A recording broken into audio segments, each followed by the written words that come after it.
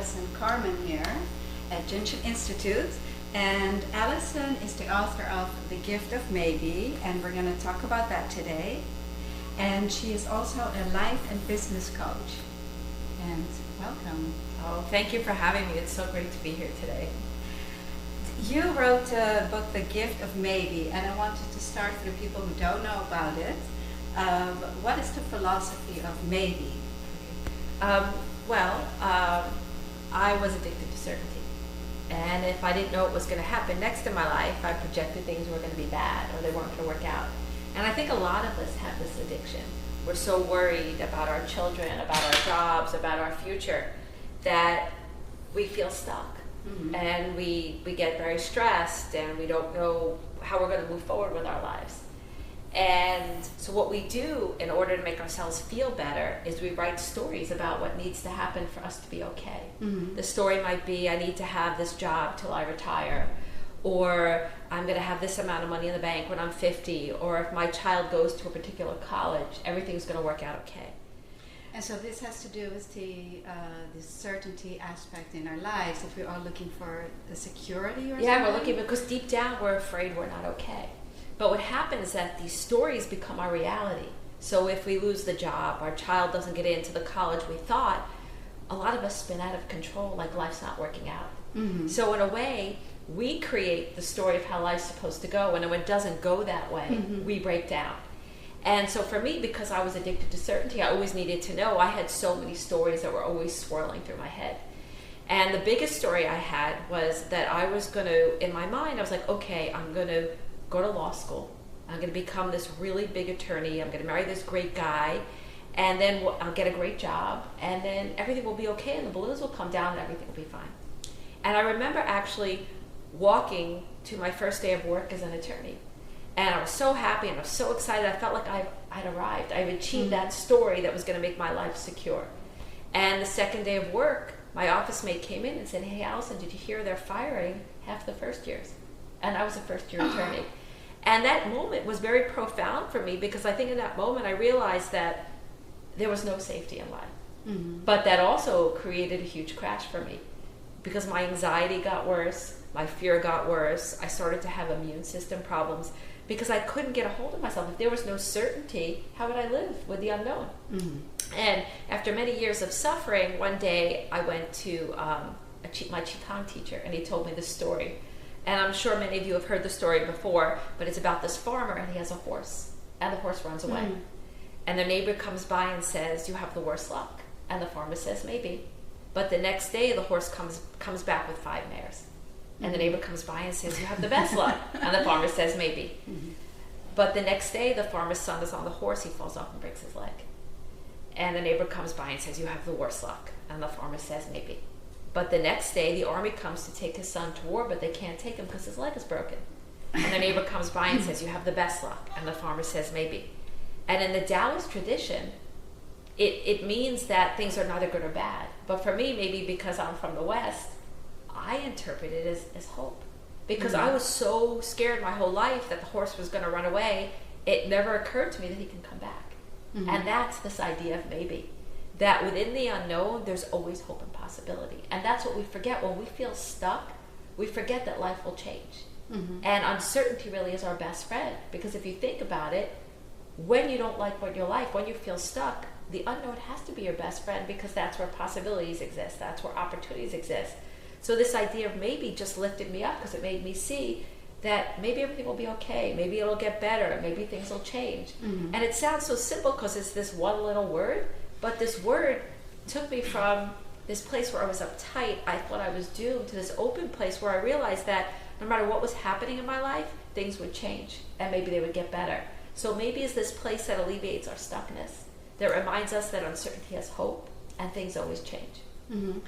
And it also sounds like it has a lot to do with perspective and how you look at the situation. Is that something you use in your philosophy as well? Like yes. The other side of it then. Yes, because in a way, we're all living always in the maybe not, right? We're mm-hmm. always worried, we're afraid. I mean, there are some people that are just positive thinkers. So a positive thinker wouldn't need this, because there are some people able to just wake up every day and say, life is great. But many of us really fall more in the middle. We feel the pain, we feel the joy, and maybe it's just this constant opening to remind us life keeps changing, keeps flowing, and within the unknown is hope. How does this tie into spirituality? Because when you talk about, let's say, people are worried about jobs a lot, and that's very much the physical plane where we live. In the art of Jin Shin, we talk about it manifests in the waistline, the worldly desires. What about spirit and earth? Do you, like, if you go to a more spiritual level, how things fall into place? And it's so interesting you say that, because there are people in the spiritual community that say that life is always happening for you. And so then there is no certain, I mean, but I don't, I'm not sure I exactly believe that. I don't know if life is always happening for you or you make the best of what's happening in life. But either way, right, it doesn't really matter, right? Because we need to participate. Like for me, if something happens in your life and someone says to you, the best is always happening, but you don't get out of bed, right? I mean, so in a way, no matter what's happening in life, we need to show up, we need to participate. But when our minds are clouded and we're stressed and we're uptight and we feel stuck, it's hard. Yeah. So maybe what is, even if you're going through the worst time, maybe it's like the first step. Like you could be in pain, you could feel stuck, life could not be working out, but if you could just have a little bit of maybe, it'll open up, let a little light shine in. So in a way, it's a spirit, for me, it's one of my spiritual practices, because I'm constantly opening up again and again and again to this idea that I might be in pain, but I know life changes, and I know that life has maybe. So there's really the keeping the possibilities open of what can happen. And then I was looking at your book this past week, when you're in alignment yourself, that you allow things to fall in place as well. And then of course to go with maybe, it's to trust that what's happening is in alignment. So if we are okay, and you have mentioned that, if we are really okay, that things will just fall into alignment. Because I was wondering, like when you then were let go of your job, did something good come out of it eventually? Well, actually, it wasn't let go. The other people were. Oh. But no. But it made me feel, but for me, it was the lack of certainty. But what's interesting about it is that if we have faith and trust, we don't need maybe. That means that we have a great relationship with uncertainty. What maybe is, it's actually like cognitive faith. And that's what's so great about it, because it allows you to hang out in the unknown and be okay about it, just as if you had faith. Right. And so what's interesting, I've seen people who practice maybe, eventually they do cultivate faith. And that's what happened in my life. I have much more faith and trust in life because I've allowed myself to engage in the unknown. I've allowed myself to take more risks. I've allowed myself to let go and not feel stuck, but through the idea of maybe, because I recognize that within uncertainty, maybe life will change, maybe it'll get better, maybe there's something in this moment for me to experience. And so the more you allow yourself to go to that place of the unknown and hang out there, you're going to have a different experience in life. And then you're going to cultivate faith, because you're going to see, oh, look at this. I didn't know what was going to happen, and I opened up, and all these things came my way. So in a way, maybe allows you to cultivate trust and faith in your life. And that's why for me it's become a spiritual practice, because it's the practice of letting go and allowing and being hopeful. And I think hope, actually, if you're not attached to how things happen, hope is a beautiful spiritual practice if you're able to do it with this open expansiveness, because it reminds you of all that's possible.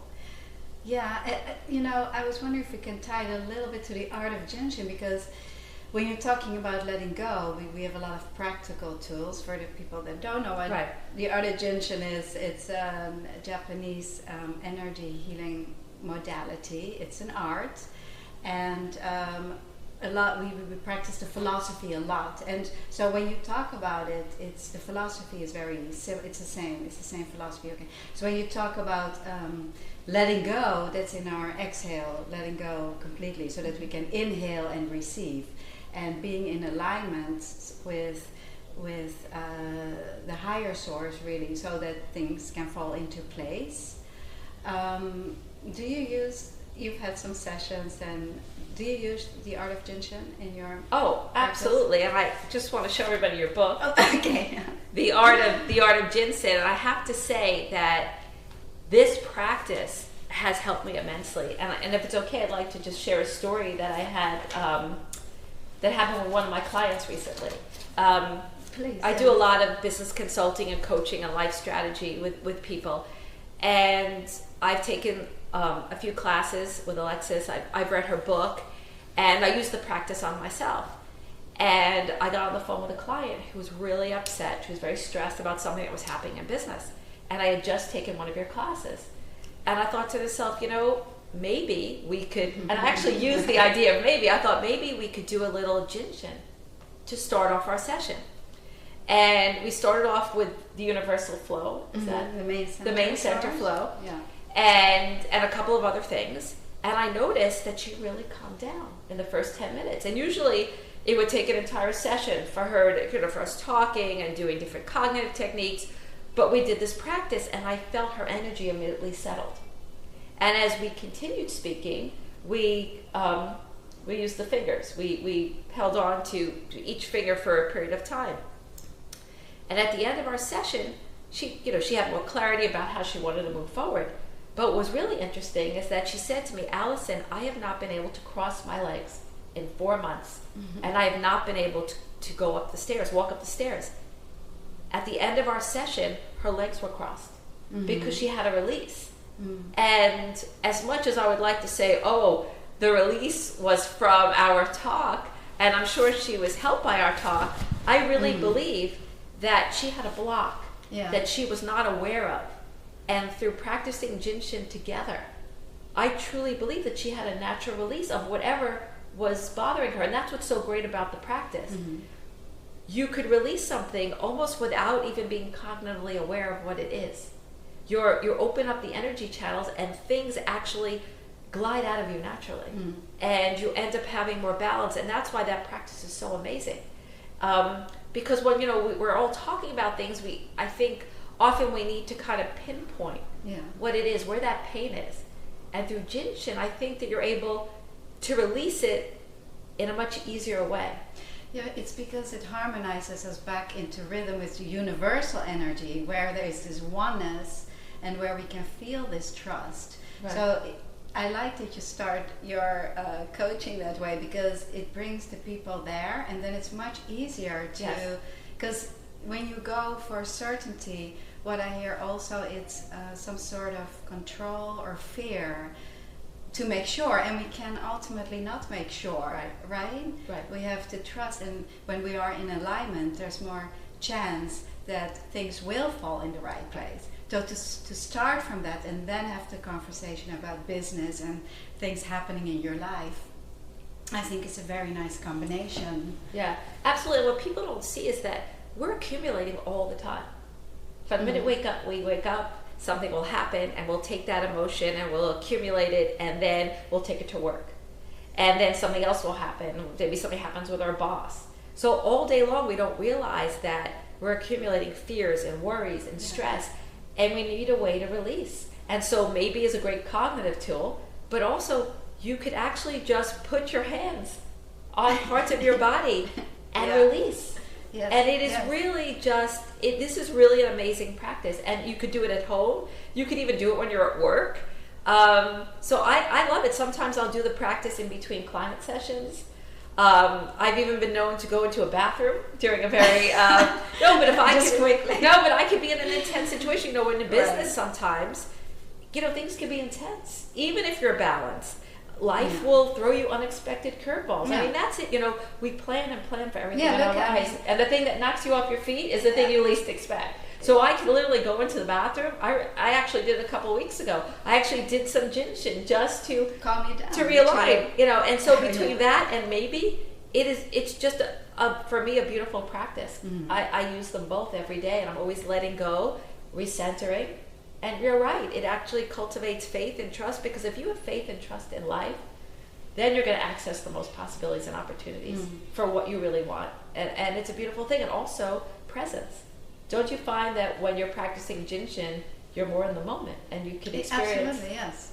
more joy and peace and love, and then that's you ultimately don't have to hold on to the fear. And Mary Burmeister, she calls it false evidences appearing real. Right. And I think that really ties nicely in with the maybe concept. Right. In your book, you talk about the maybe mantra. Can Right. you explain that and give us some idea on how to do that? Right. Well, my favorite exercise in the book is I ask people to write down their biggest fear. Maybe I'm worried that I'm never going to find a great job, I'm never going to fall in love, things will never work out. And then you question that fear. Are you absolutely certain that fear is true? It's so interesting.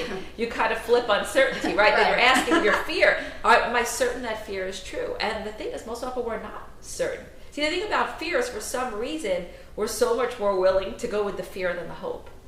And the fear than the joy, because we're so afraid that we're not going to be okay. Mm-hmm. But so what we do is, the minute you realize that fear, I'm never going to find another job, are you really certain? No, you're not certain. So what else is there? Mm-hmm. And so then you ask yourself maybe statements. And I start very general at first. Maybe everything's going to be okay. Maybe things will get better. And then you could get more specific. Maybe I could call my friend. Maybe I could go back to school. And if you do this practice for 20 minutes, I can guarantee that you're going to feel a little release in your chest, because you're going to realize, like, okay, that fear exists, but there's so much more. And then it becomes expansive. And then the more you do the maybe practice, you'll find a mantra that works for you. And for me, my favorite mantra, I have two favorite mantras. One is, maybe everything is okay. And it just reminds me not to get lost in the moment, in my fear and my worry about whatever's happening, because I don't know. And the truth is, we don't know what anything means. Life's going to keep changing. Because it's also our mind that gets stuck in it. It's our mind that is afraid. And then we still have the other parts also, the spirit part, the connection, right? Which allows the truth to flow through us. So very much the uncertainty and the fear comes from our mind. Absolutely. And maybe quiets it. It quiets the mind. And allows you to know that there's more hope and possibility. And that's a quieting of the mind. Mm-hmm. You know, to know that life will change and you're not doomed and things will keep moving and there'll be new jobs, new relationships, because that's life. And so, and my other favorite mantra is, maybe there's something left for me to experience in this moment. Meaning that sometimes, you know, we're going to have pain. You know, life is not pain-free. And so, but we can have joy when we're going through a painful situation. And that's what presence does for us. You could be going through a tough situation, but the moment could still be beautiful. It could be a beautiful day. The sun could shine on your face. You could see something beautiful. So there's always a lot happening in life. The flip side is, like, what is life showing me? Exactly. What is revealing itself? And is there a lesson in it? I Right. always like that one. Whatever happens, right? There's always a lesson in it. So maybe what is the purpose of this lesson? Right. It could be another interesting. And we need to sometimes be able to quiet our mind to have that. I mean, I think it was Viktor Frankl who said that life has suffering. Oh, yes. And suffering is like Buddhism, right? Right. Also. Suffering is like gas. And no matter how large or small your tank is, it's going to fill it up. So whether it's something small, like a little mishap at work, or something big, that maybe you have a health problem, that our suffering could easily fill up our tank.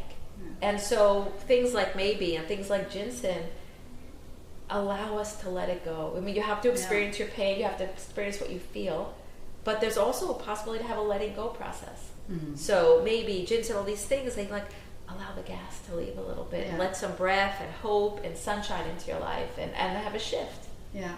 So do you use meditation in combination with this? Or yes, I review? I do transcendental meditation, which I find helps a lot. Because I was thinking it's also nice to do the finger holds while you're doing the meditation. You can just sit and move through the fingers one at a time, harmonizing the emotional attitudes. Oh, that's beautiful. I never even thought about that. That's a really beautiful idea. Yeah, I talked to Nisya Shanti, he's a mindfulness teacher, and that's what he does. He sits still and then holds each of his fingers. Mm-hmm. Right? For your people who don't know about Jin Shin. Oh, that's fabulous. Worry, fear, anger, sadness, and trying too hard, efforting. So I got a little too much of that sometimes. A little too hard. So when you do you can just hold your finger. Oh, that's great. Yeah. That's and then while you do the meditation, it's nice. What do you think about if you're in a meditation doing some of the flows. Like I know before we talked about this one. Holding SEL22. Yeah. How do you feel about, you know, doing breathing and meditation, and is there a position that you like other than the finger holding that you think would help people? Because sometimes when people meditate, their thoughts, they can't relax their mind. Mm-hmm. So would this... Mm-hmm. I think that, well, this helps our exhale, and it means happy wherever we are in the moment. Oh. So adaptation, it helps Right. with adaptation. So yes, it's a very nice one. Mm-hmm. It helps all of the functions, yes. Mm-hmm. I think it's good to choose one hold, or just simply because you can sit in meditation like this and just hold the fingers so you can stay relaxed. Okay. And the palms as well. Mm-hmm. I think that's a nice one, yes. And this one, holding the thumb. Or when you're lying down, you could do the main center Main center. stretch also. Right. It's important to be comfortable. So depending a little bit on your position, or sit on your hands. Sit Oh. on your hands. Oh. Yeah, to regenerate the body, helps to regenerate the total being. So Yeah. And that's what's good. so interesting is you could actually do this at work, even when you're on a transaction, Yes. or someone's stressing you out, or you're having a fight with your child. Yeah. Like sometimes I find myself, I'll be sitting at work and something really uncertain will happen for one of my clients, and I just start holding my fingers a little bit to make sure, for me when I'm working, I have to make sure that all of us have to make sure we stay centered, Mhm. because we can get lost in the stories around us. Yeah. Because everything seems so real, but everything does pass, and problems get solved, and life keeps shifting. So for me, sometimes I'll hold my fingers, and it'll keep me more centered. To be able, you know, it's different in life when you're centered and you're dealing with chaos around you. You're going to approach it differently. You're going to be more responsive instead of reactive. Mhm. So this practice also gives you ability to have space within you Yeah. to be more responsive to a situation and not overreact. Because when we overreact, sometimes we say the wrong thing to somebody, or we'll make the wrong decision. But that responsiveness is going to give us the space to access our higher self, Mhm. to our inner wisdom, to do what we think is best. So also this and practice, with the breath, right? Yes. Together with the breathing, that's so important. yeah. So I think that this practice can help anybody at any time, at any moment. So I really love it. Can you talk about creating new opportunities? That's also a part in your book in relationship to the maybe. Right. Well, again, I think that the reason why we don't create new opportunities in our life is because we get stuck, and we get stuck because we're afraid. Mhm. And we're afraid because we think we're not going to be okay, because life doesn't look like we thought it was going to look, or something happens that's so unexpected. So what the maybe does, it allows you, when you access this idea of maybe, your mind becomes more expansive, because you're not stuck in this one thing. It's like you could drop your fear in a test tube, or you could drop it in the ocean. So maybe it's like dropping your fear in the ocean, and all of a sudden you realize, wow, life, there's so much more. And the minute you clear your mind, you're going to access more opportunities. You're going to be thinking about more opportunities, but energetically, you're also going to be more open to what's to come. Mhm. So it's our fear and our stuckness and our inability to deal with uncertainty that really shuts us down. So maybe is this opening to more opportunities. Yeah. So I have one more from your book. The present is the true gift. Yes. And so that's also a very important concept, also in spirituality, right? Right. Being in the moment. Right. So do you have one more line to say about that? Well, again, we're not present because we're afraid. Right. We're not present because we think we're not okay. Yeah. So any tool that's going to alleviate those fears is going to bring us more presence. And for me, maybe everything's okay allows me to dip back into the present, because I'm not as worried. The minute you give up the fear of the future, you're going to land in the moment. And also, maybe what happened to me before will never happen again. Yeah. So that's this all like- we have anyway. Yeah. It's the moment. But because we're so afraid that we're not safe and we're not okay. I'll hold this Right. We I'll hang on to this one. Yes. And so anything that brings us to the moment is going to increase our beautiful experience of being alive. And so for me, maybe reminds me, you don't have to worry about the future because there's an expansive nature to tomorrow. Mm. And when I'm not worried, I'm not stressed, I'm present. And when I'm present, my life is a miracle. All our lives are miracles. Mhm. But sometimes we get so uptight and so stressed, we're unable to see that. And see the little gifts of what life is presenting us. Absolutely. There are all these learning opportunities, I feel, Yes. that come our way, whether they're hard or easy. Yeah. You know, it's just interesting. So, The Gift of Maybe by Allison Carmen. So you can order that on Amazon, and then, well, you can talk about mine is on Amazon pre-order right now, The Art of Jin Shin, and it's coming out June 25th. So, yes, I also, I wanted to, for the community, I'm traveling to Atlanta to promote the book, June 28 and 29. So I'm going to do a Jin Shin meet. So if you are interested in joining, then you can contact us here at Jin Shin Institute, or send Michael an email, michael@jinshininstitute.com. And I hope to have a nice meet there and show you all the book that will be out by then. And do you have anything else? Well, I just have to say, what's so great about this book is that you've made it so simple that you could actually read the book and you could start practicing. Yeah. And any tool that you have in your life to reduce your stress, reduce your worry, it's the biggest gift you can give yourself. So I highly recommend this book. And I think you'll have a lot of emotional and spiritual and actually physical releases from it. Absolutely. And you can use it anytime, anywhere. So I think that this is a great tool. Which we both do. What? We both yes, do. I use it everywhere I can. And I've also would like to share the fact that I have a podcast called 10 Minutes to Less Suffering. And it just gives people continuous tools to how to live in this world with less stress, less worry, less anxiety. And in 10 minutes you could feel better, and in 1 minute you could use Jin Shin and feel better too. So there are so many wonderful tools out there, and you don't have to live with all the stress and all the anxiety, because there's a way to let go, and there's a way to have a better relationship with life, and cultivate more faith and trust, and to know that maybe everything is okay. So enjoy all these gifts. And thank you so much for being here. Michael, were there any questions or any comments? Everybody's so amazed about what's happening that they can't ask any questions because it's been so wonderful. Maybe we answered all the questions, so that's good. So we'll see you all soon, and thank you so much for being here, Allison. Oh, thank you for having me. This is great. Thank you so much. This was wonderful. Okay.